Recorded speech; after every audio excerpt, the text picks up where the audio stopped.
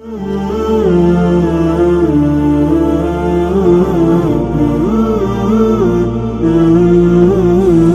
kan tak kunjung urang Jawa ji kata gua. Pibe dua punya kata gejah ada jupeng yang tajak lo mate gua menyan pun tajak malay dekat pulau punya ke rumah putih itu kan. Karena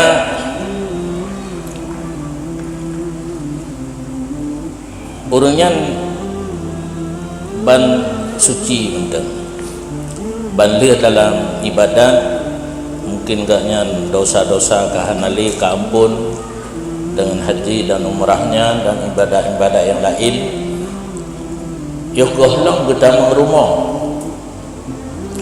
berdepeh badan ditanya dengan badan gaknya nyo baik salah-salah dengar baik negara ada urinang di dalam uragam menanti uragam urinang baik negara ada uragam ngajinokan karat mulai dipegadahnya baju-baju karena di urang berubah raya hana habis pegah kepegah fikhan dan nyo katanya bersalam salaman titik yang pandautan ruji'u kag lapi membantu syam kepinah lapi kam tu maaf desa padahal pegah dosa kam maaf dosa tabah model tu jarau ke lapi ikamu tengku hana ijarida hanangan melapi kagak jarau mantang melapi boh hidung kenang bak jaro.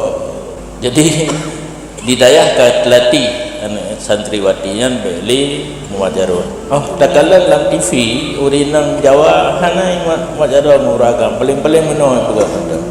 Tu bak uring inang tanya kah ngepeli sakai. Jadi yugoh lam gedamang rumah jamaah haji wo buta demeng muajarun talake doa lam yuh gejak talake doa anggo talake doa sang pelahura dah si pulang si pelahura urangnya mantang makbul doa tarabi kita bi tajak di 6 doa belum pelahura makbul doa.